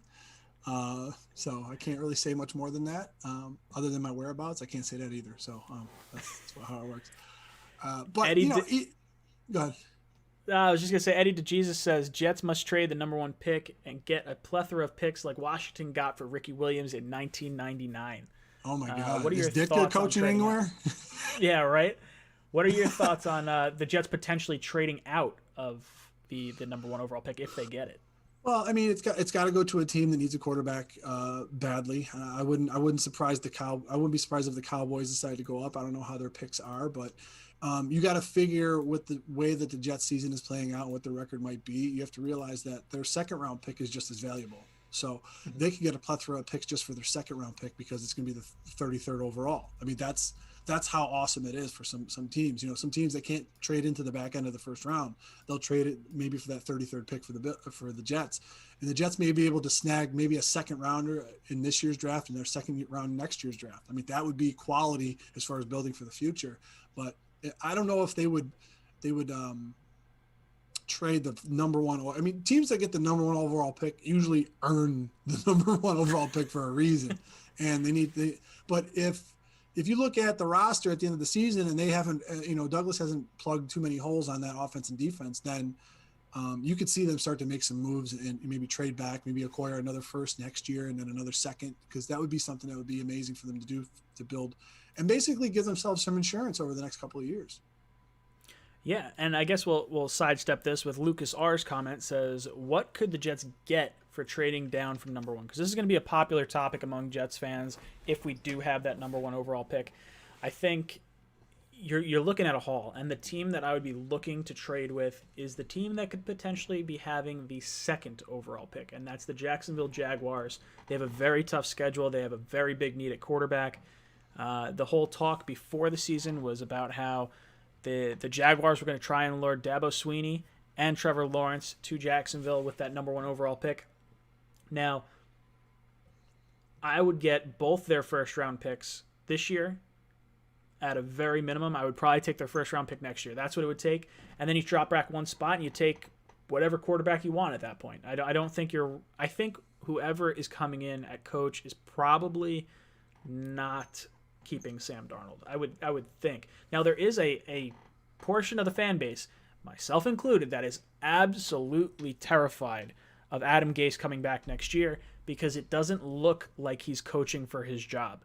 That is absolutely horrifying to me. It looks like a guy who seems complacent and seems like he's not worried that his job is at risk. Well, he has to realize, I think, in today's NFL that the actions and a lot of players, more likely players will do this. They'll be a little short-sighted. Sometimes you'll see a player that gets disgruntled and they'll tweet something out, and then their agent will call them and say, "What are you doing? You're destroying your stock for next year. Don't do that." And then they delete the tweet or they delete on Instagram or whatever. I think Antonio Brown gave us a nice tutorial on what not to do, even though the guy might make his way back into the league. That notwithstanding, Gase made his name holding a clipboard for Peyton Manning in Denver. I mean, the most prolific passing season that a team ever had, he was the offensive coordinator for. Hey, I've heard rumors that Trevor Lawrence is the prototypical quarterback for Adam Gase, and by that I'm saying he's a generational quarterback like Peyton Manning, and that's why he fits he fits the mold perfectly. I'm waiting for Elway. Like that's his. Oh God damn it. Now, to me, I've always been you know this in the field you work in too, Ryan, and you know this in the field you work in. There's certain people that are leaders, and there's certain people that are really good followers. You know what I mean? Gase, I believe he is a great offensive mind and can call a great game if that's all he's designed to do. Head coaching is not that. You're more press secretary. You know, you have to try to keep your hold on the game, keep your finger on the pulse of the game, challenges, timeouts, what's going on here, what's going on defense and offense. And he's not that guy. If you want to just have him stick to one side of the ball, stay there, not be the head coach, and nobody talks to him, fine, let him do that.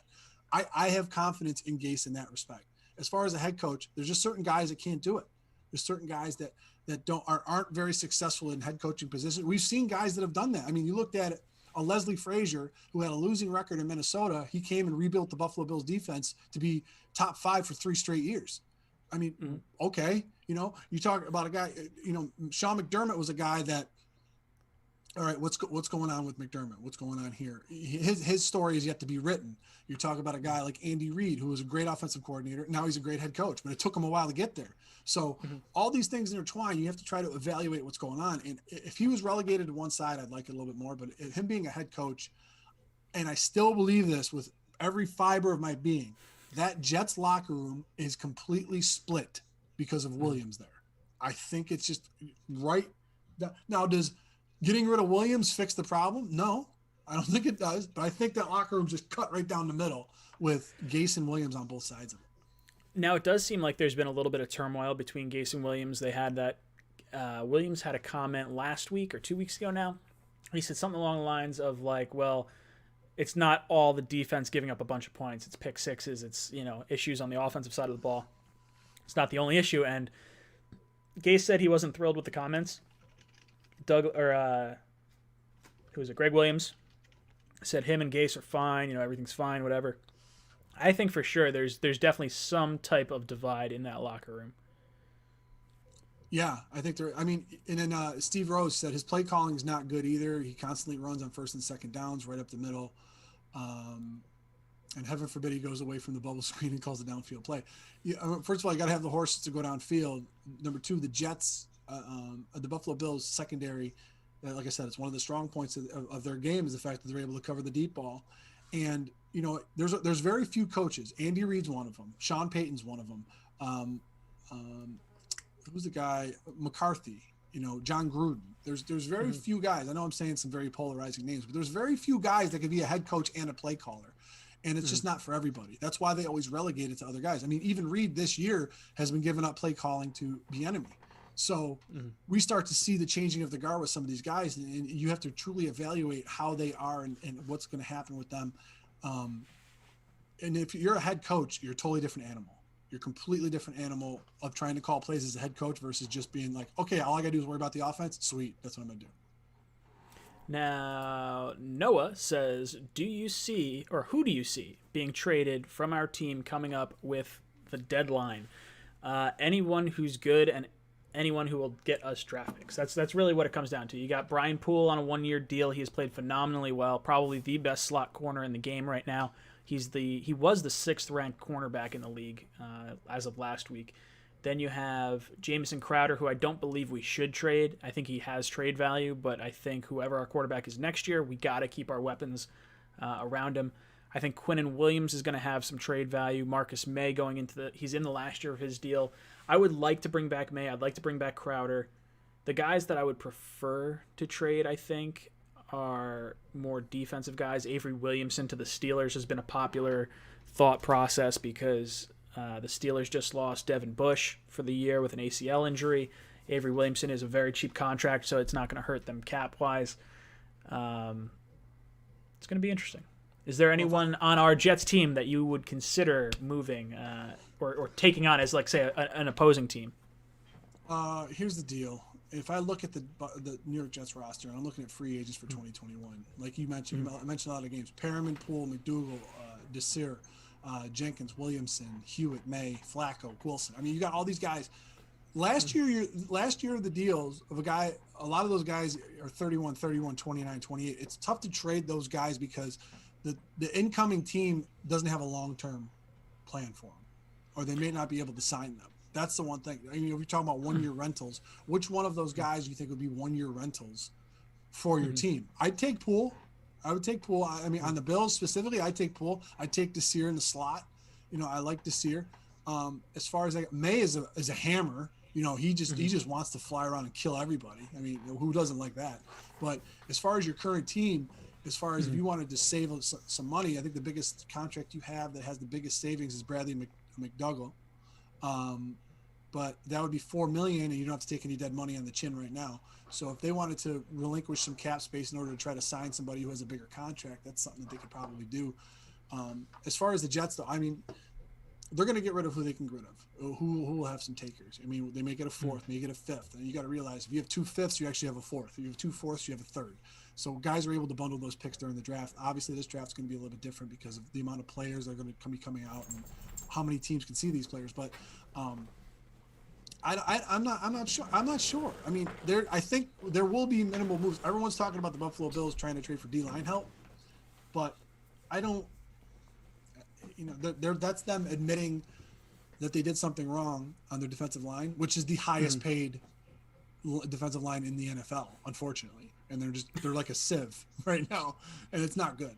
So, who's the top 3 guys that you would want for the Jets right now that would be long-term solutions, not short-term, long-term?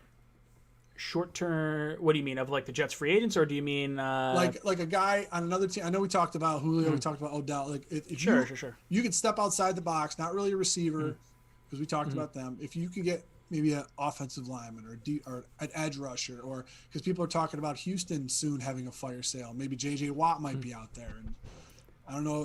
Who knows? He'd like to come to New York. He seems like a showman. He seems like he'd want to do that. But I'd take some J.J. Watt. I don't know what his contract looks like, but I would take him on.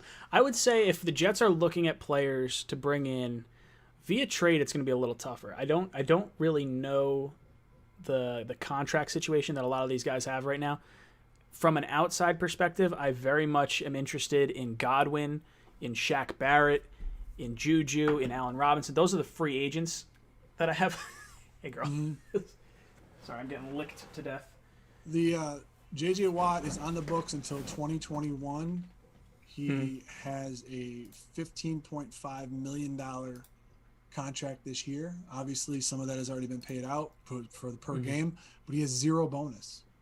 So if you trade and give him a bonus or convert some of his base salary to bonus, he may want to come here.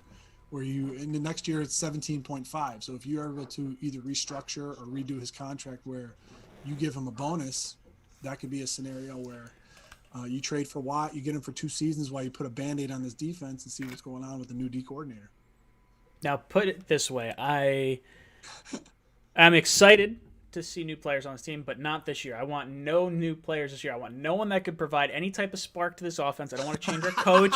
I don't want to trade for a good player. I want to just bottom out, just rip it down to the bottom, bring in the new head coach, get the first overall pick, get Trevor Lawrence, and then I would trade for guys. So, like, for me, I'm more about having the fire sale. I would say more than likely the guys that I see as potential trade partners or players that could be traded, it's really, for me, Avery Williamson and probably Brian Poole would be the 2. I don't want to lose Poole, but I think he's the most tradable of the guys. Avery Williamson, I don't think he's going to be coming back next year. The Jets aren't going to look to get a whole lot from him. If you can get a 5th-round pick, I think the Jets would be fine with that. If you got less than that, honestly, if you get a 7th-round pick, they might even just do it for that because you're going to have Peanut coming back soon. You want to give Hewitt some playing time. You want to give some other linebackers a little bit more playing time. So I don't know. I could see the Jets wheeling and dealing, but I don't think they're going to bring in guys right now. Yeah, I was banging the table, and Steve Rose even comes in. He says, "Who's better, Oliver or Williams?" And I'd say right now Williams. Williams came in to play a 1-2-3 technique. Now, if you're not abridged of the football lingo, 1-3 technique, that's where you're just playing just over the center and just where you're shading the guard. That's a 1-3 technique. Oliver came into the NFL. He was too light to play inside because he wanted to prove to other teams that he could also play defensive end, which is why he got his weight down, which is what he struggled his first year.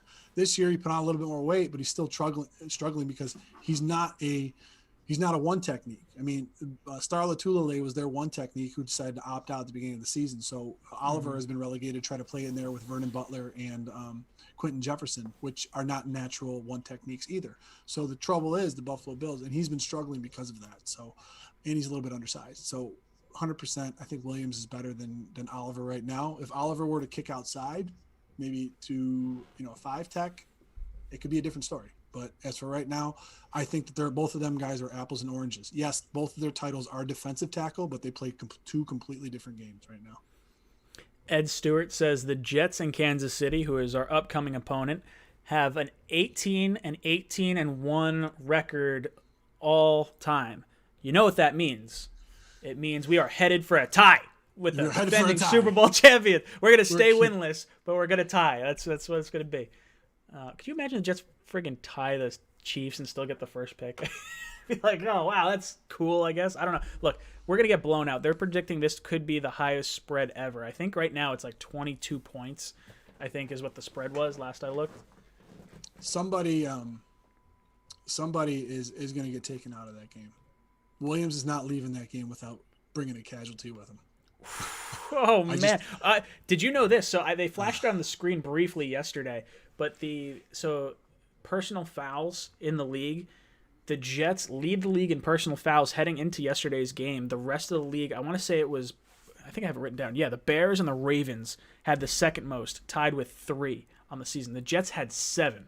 And we got multiple, unnecessary roughness calls later on in that game.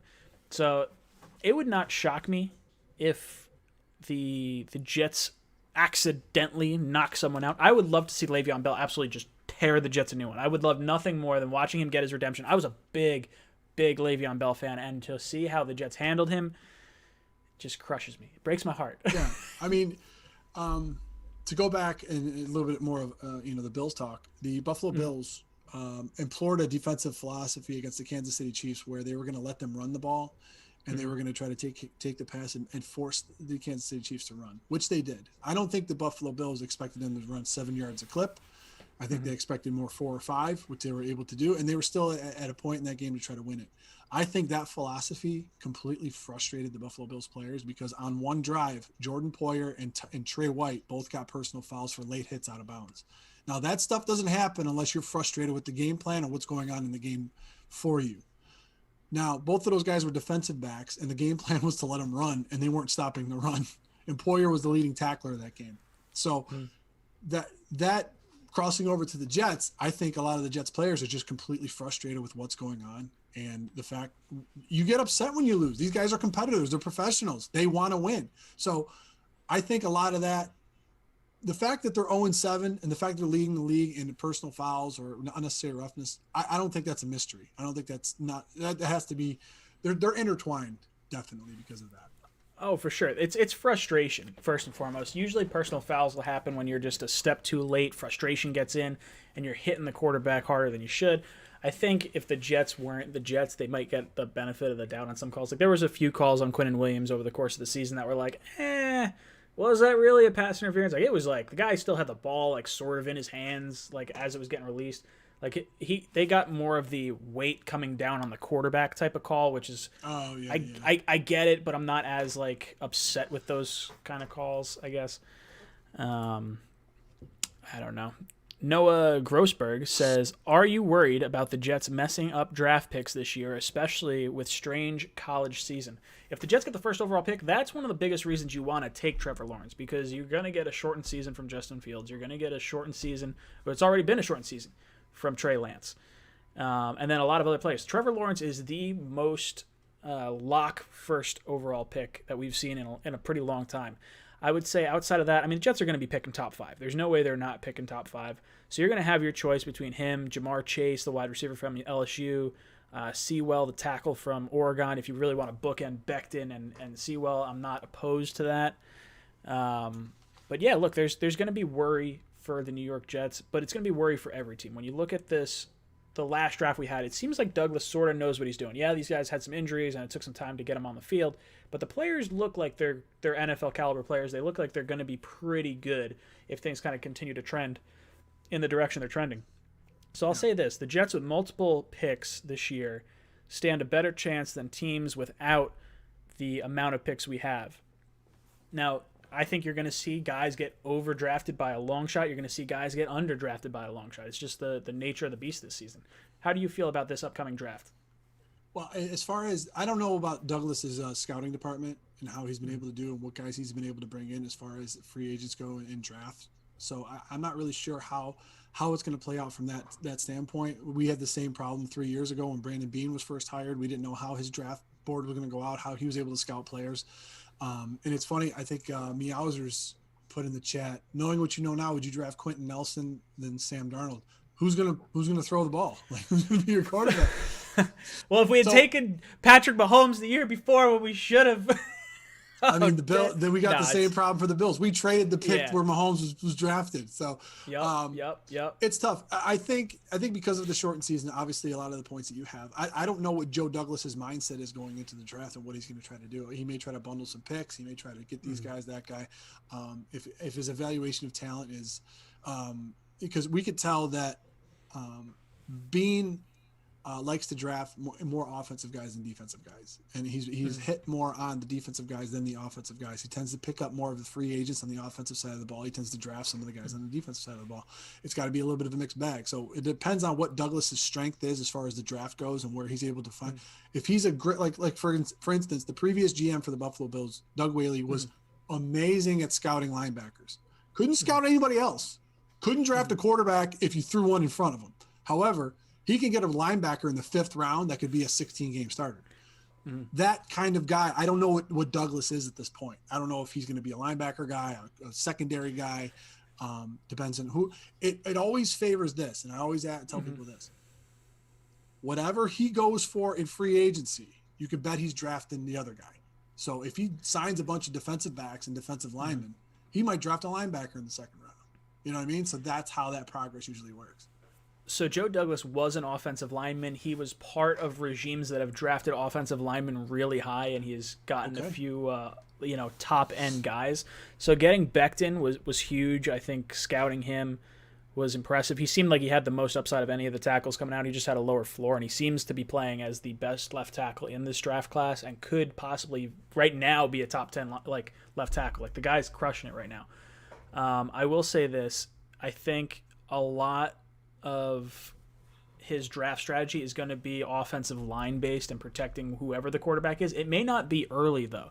Like, we took Cameron Clark in, I believe it was the 4th or 5th round. I think it was the 4th round, and we haven't seen him play yet. He's projected to be a guard at this level, which would really help the Jets. Van Roten has been abysmal this season. Yeah. So I would like to see him play.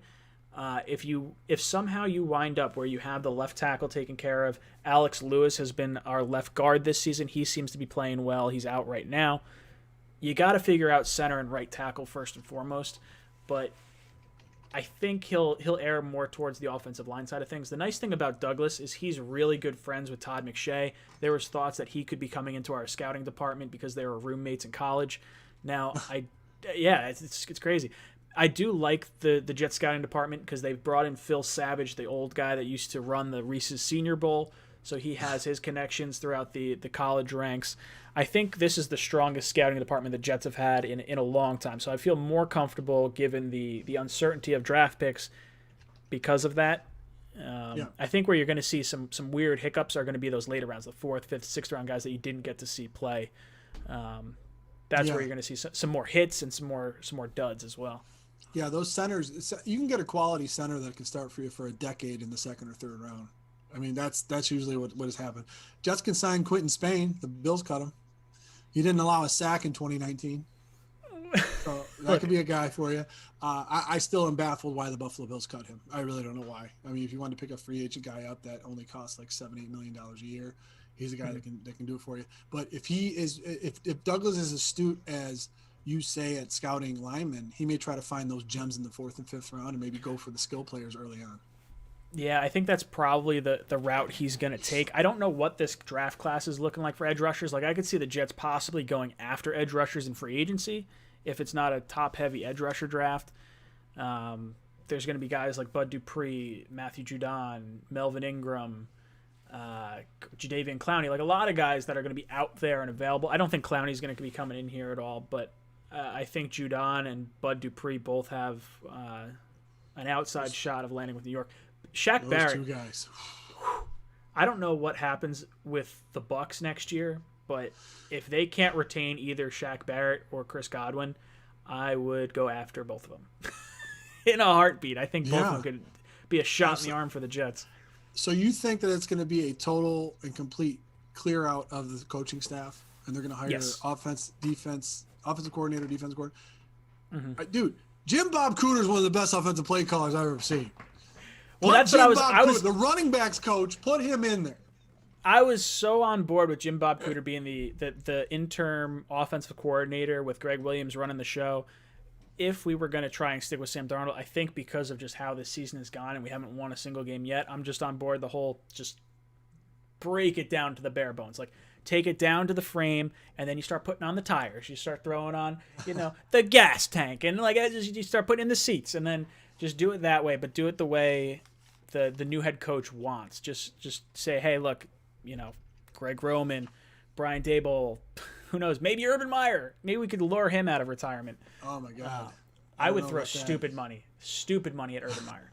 Like, the one thing that concerns me about bringing in, like, the hot name coordinator, because that's always worked so well for the Jets, is them building a coaching staff around him. I like Joe Brady, the offensive coordinator for the Carolina Panthers. Okay. He has ties to Sean Payton. He had that amazing LSU team last year, just flying all over the field. I like him, but he's I want to say he's 31 or 32 years old. He'd be the youngest head coach, I think, ever. And I don't know if he has enough connections to build a staff around him at this point. He might need a few more years in the NFL to build a competent staff. But man, the Jets need a head coach, and they need to tear it all down and just build it the right way. I think that's why Douglas got the 6-year contract. Yeah, I mean that's the going rate. I mean, if you get a 6-year contract, the next year he has 5 years left, and that's usually, what you talk about with your first-round quarterback. You usually live and die with him if you're going to extend him or not. And I only say Jim Bob Cooter, and I know I joke about it, but Jim Bob Cooter, if you guys want, you can Google him. He's from Detroit, and 3 of Matt Stafford's most prolific seasons was when Jim Bob Cooter was the offensive coordinator.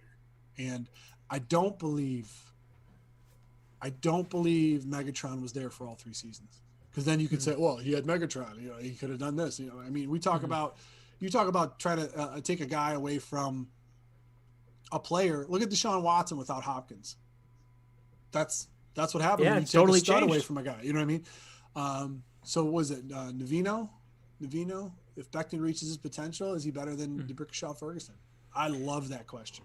I love DeBrickashaw Ferguson. I really like Mekhi Becton. I would say Becton has a higher ceiling purely based on the frame, and DeBrickashaw Ferguson didn't have a great first year with the Jets. So based on what we're seeing out of Becton right now, I would say his potential is better than Brick. If we can have him for as long as we had Brick for, which was 10 years, I'd be very happy with that. I'd hope he lasts a little bit longer. You see some of these tackles. I think Jason Peters for the Eagles is 39 years old or something like that. If you could have a starting left tackle for damn near 2 decades, whew, I would take 10 years though. If I get 10 years out of Becton, I'd be happy as as happy as I'm going to be when Adam Gase is fired.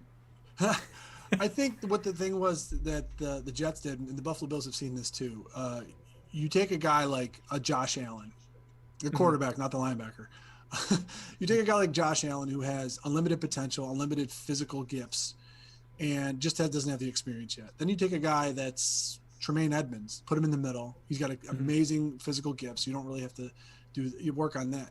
Then you take a look at a guy named like Mekhi Becton, who is a physical freak. You don't have to do anything with this guy physically. It's all about gaining experience and gaining knowledge of the game. I think that's the route that they took with both Becton. And if that's the route that they're going to try to take, that Douglas is going to try to take, where he gets physical freaks in here and thinks that the coaching staff can coach him up, well, then that coaching staff must be of the elite level. So that onus, like you said, is going to be 110%. But the craziest part about that is it's a double-edged sword. Now, if Becton is an all-pro this year on a team that's awful, they coached him into that.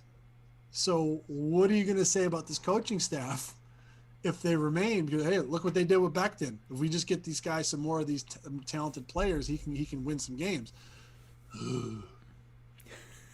What Guys, if you want your if you want your done. shot, I'm gonna get to that in a second. You're looking at the super chat, aren't you? Yes, I am. If you guys want to get your shot at winning some merchandise, a Just End the Suffering shirt, something like that, there's a link to the Flick chat in the description down below. I believe it's the third link down. Or it's pinned to the chat at the top right there. Click on that. All you have to do is vote on the poll question of the day. Do the Jets finish 0-16? All you got to do is vote on it, and then I'll raffle this off at the end of the show in about 15 minutes or so. Now, let me see if I could throw RJ McPotts. Hi, Jordan. Super chat up. Jordan Helms. Hi, Jordan. I'll throw it in there. Hi. Oh, there you go. See? Jordan Helms. Can you say hi, God. Jordan? That's one of the funniest things I've ever seen. So one of the flaws of this little chat thing that we got going on below us is there's a slight lag between when I see it in the YouTube comment section to when it goes up on the screen. So there's a slight lag there. So I'll throw the super chat up as soon as I get RJ, to it. That's amazing, RJ. We're gonna see that in a second, but so let's throw in some other things in here. Steve Rose says Jets traditionally don't pay coaches, so I think they'll go the coordinator route and not necessarily a popular choice. That scares me. They feel like they're going to try to outsmart everyone. Like everyone last year was like, oh yeah, we're going to get one of Kingsbury or Matt Rule or McCarthy, and then they pull Adam Gase out of their butts. I was like, what were you thinking? That midnight call with Peyton Manning really did that much that you had to hire the guy that was in your division you saw for 4 years do terrible in Miami? God damn it. Yeah, I don't know who they're going to pick. Greg Roman feels like the likely candidate. If we're not going to pay money for a head coach, like we're not going to pay Lincoln Riley enough or Dabo Swinney enough to actually get them to come to the NFL. They're getting paid like $8 million a year to stay in ideal situations in college. Oh yeah, absolutely. I can tell you right now, we're not doing that. There's a reason that Coach K never left Duke. I mean, he had the job there as long as he wanted. Brian Dable to be the next Jets head coach. I think that's possible. Possible. Take him right now. Really, you don't like him? Take him right now. RJ's quote is finally on the screen now. Wow, John Hamm's a Bills fan. I've never been called John Hamm before. I usually get. Funny enough, I usually get Aaron Rodgers. So I've never thought to do that, but John Hamm, let me see if I can get a picture up right now and like actually show. Oh my God, I'll find one that's like it's. Let's see. I'll try to talk through this. You got the grizzly beard. Yeah, you keep talking. I'm gonna try and pull this up. I think Joe Douglas may go with a route of not really a experienced and formidable coordinator. I think he's going to go for a guy that's a bona fide leader, somebody who can rally the troops. Because you look at the previous coach, which will be Adam Gase. He doesn't seem like a leader of men. He doesn't seem like it. So what do you want in there? You want a guy that when he talks, the room will be quiet. When he makes a command, the guys follow. When he tries to say something he's going to do, he actually does it. I think Douglas will go through that route where he just has to say, listen, what players you want, I'll get them for you. Okay. Because I know you're going to do something with them. You're going to motivate these guys to bring the Jets up. I don't know. All right. So let's see. He's trying to do it now. This is so funny. I know I'm clicking on different things and it's not working. I'm putting it side by side. Look how can you do the face like off to the side? Other way. Look at that. Oh, I'd touch you. That's how beautiful you look. That's it's borderline perfect. You just need a collared shirt on. I love it. All right, let's see. There was another. Who else was in here? Who else did we get? Hysterical. I've never. I wouldn't have put that together, but I love it. I think my brother's here. Sweet. You damn spot on. Doppelganger in the Doppelganger. House. Bang. RJ, you win the internet tonight, man. Thank you so much. That's hysterical. Joe Rivera Ave says, who would you like to see as the Jets' next head coach once Gase gets the boot? A lot of people are going to say Harbaugh. A lot of people are going to say Bieniemy. I don't know how I feel about Bieniemy. You had brought up that Bieniemy's calling plays And I would be very happy if that was the case. I don't know if that is or not. I know that his big knock was that Andy Reid is calling the plays, so that's probably a little bit of a worry to me. What better guy to learn from about calling plays than Andy Reid? That is He's true. probably one of the top 5 play callers of all time, and what he's been able to do. And Bieniemy's been there every step of the way. People are saying Harbaugh. They're referencing John or Jim. I don't know. I think John's going to be in Baltimore for the foreseeable future. Jim, I don't know if he's going to want out of what he's doing. I don't know if those khakis can come back in the NFL again. I'm not really sure. But Steve Rose. Thanks, Jordan. Steve Rose says John Hamm or Dave Grohl. I can see Dave Grohl.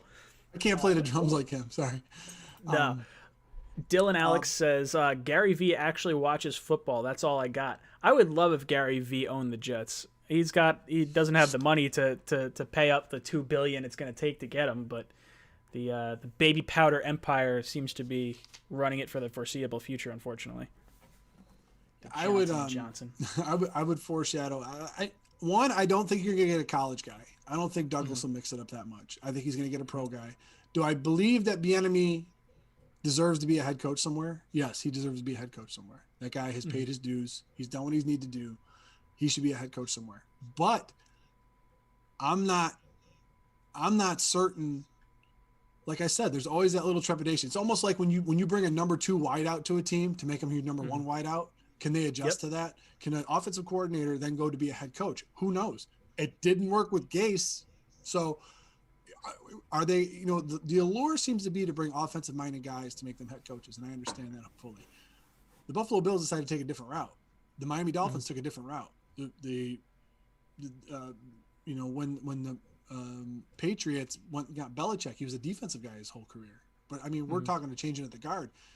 You're talking about the Bills and Dolphins that took a defensive guy to have their head coach, and they delegated offense to somebody else. I mean, if you wanted to, I don't think Bieniemy would leave there to be an offensive coordinator somewhere else. I think he would stay there if he's still going to be the OC, and more than likely maybe the successor to Reid in a couple of years. Who knows? What about McDaniels if Belichick retires and he doesn't want to take the New England job? I think he's definitely maybe not. I think he would take the New England job. I don't know if I trust McDaniels. I would take him if he actually came to the Jets. Like, you have to call the Colts on that one. Well, that's exactly it. Like, the dude he had his whole coaching staff in place and he up and left. He's like, no, sorry, going back to the Patriots. All you guys that uprooted your families and moved to Indianapolis, oh yeah, you don't have a job because I'm not going there, and the new head coach doesn't necessarily want you either. Like, that's insane. Absolutely ridiculous. RJ McPot says, for Mario, you feel confident in paying Allen max money. Do I get $1 of that?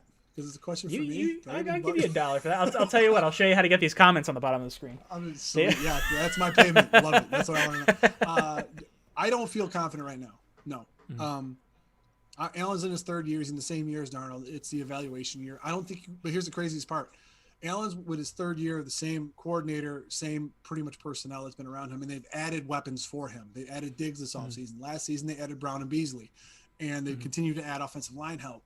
I don't know. They cut Spain. Still don't get that. But the point is this. This is the year you're supposed to evaluate your quarterback to see if you really want to pay him and if he's your franchise guy. And I don't think this year you can do that with Darnold. I don't think you can. Because I think it's unfair to him. You're taking away everything from this guy and still expecting him to be a productive quarterback. That is not, I don't want to use the F word, fair, because I hate that word, but that's my F word, by the way, fair. I hate when people say fair, because nothing's fair. But you're not giving the kid a full deck to play with. And that's not correct. You can't do that. You can't fully evaluate somebody who's playing with JV guys. It doesn't happen that way. And I'm getting fired up over Darnold now. Like, I'm a Bills guy on a Jets channel getting fired up for your quarterback. I think he's a talented kid. Now for Allen, we saw Patrick Mahomes, we saw Deshaun Watson both get their money this past offseason. Very likely that we're going to see Lamar Jackson get paid this offseason. Do the Bills feel pressured, and do they pay him this offseason, or are they going to wait one more year after exercising their 5th-year option this offseason? I think they wait. I don't think they pay him immediately. I don't think you talk about Allen, right? I don't think they pay. Yeah, I don't I'm think talking about Allen. The bar's already been set. The bar's already been set. You win a Super Bowl, then we could talk 500 million. Well, what about Watson? Watson doesn't have that. Like, No, Watson, he doesn't. Watson to Allen is he's that new comparable. breed though. You're not going to find another guy like Watson around the league. The only guy comparable to him is Allen.